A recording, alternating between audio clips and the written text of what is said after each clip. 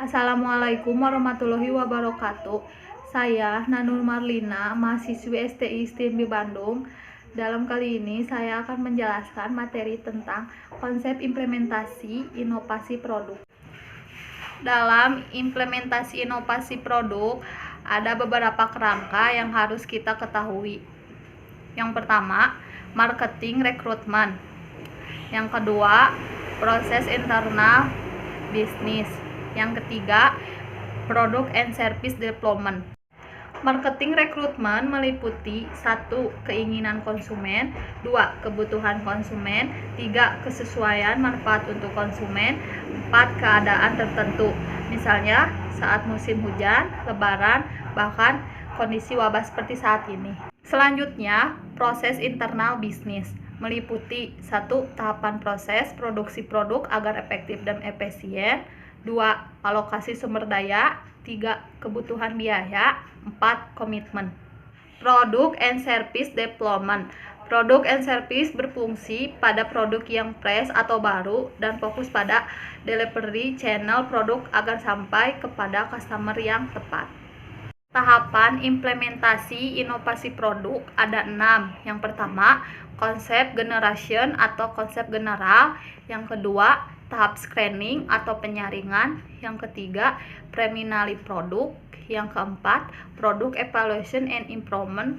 Yang kelima, production and developing process. Yang keenam, monitoring dan evaluasi. Konsep general yaitu mengawali proses inovasi produk harus sudah tergambar konsep bisnis secara keseluruhan terkait pemilihan produk, supply klien, strategi pemasaran, operasional, kebutuhan biaya, proyeksi jumlah produksi dan estimasi harga. Jumlah dengan memperhatikan kesesuaian manfaat untuk konsumen. Prakteknya, membuat matris atau coretan dengan bahasa sendiri terhadap konsep inovasi produk yang akan dilakukan. Yang terpenting adalah action. 2. Penyaringan. Pada tahap ini diperlukan analisa dengan prinsip pemikiran konvergen untuk seleksi dan membuat skala prioritas dari ide yang muncul terhadap inovasi produk yang akan dieksekusi agar lebih spesifik dan terukur. Prakteknya mencatat secara rinci proses yang akan dilakukan. Lalu minta pendapat orang lain yang lebih kompeten terhadap konsep yang sudah dibuat lebih spesifik. 3. Preliminary produk. Pada tahap ini memulai proses awal pembuatan produk sesuai dengan konsep general dan catatan dari tahap sebelumnya. Prakteknya action atau buatlah produknya langsung. 4. Produk evaluasi and improvement, yaitu tahapan evaluasi pada produk yang sudah diciptakan.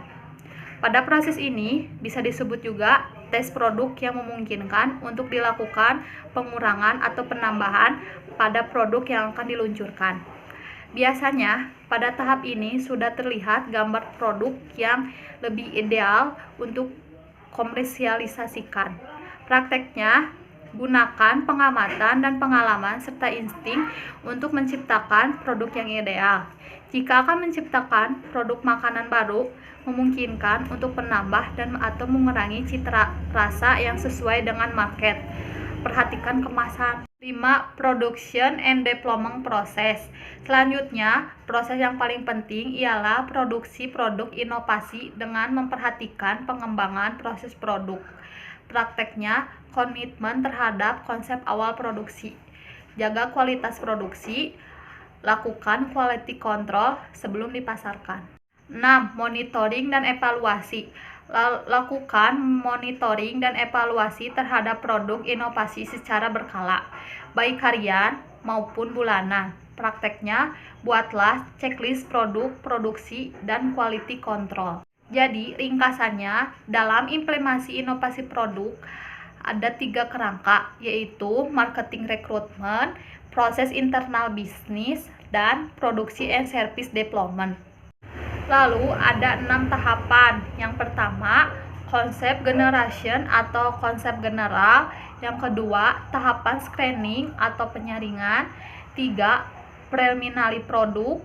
4. Produksi evaluasi and improvement.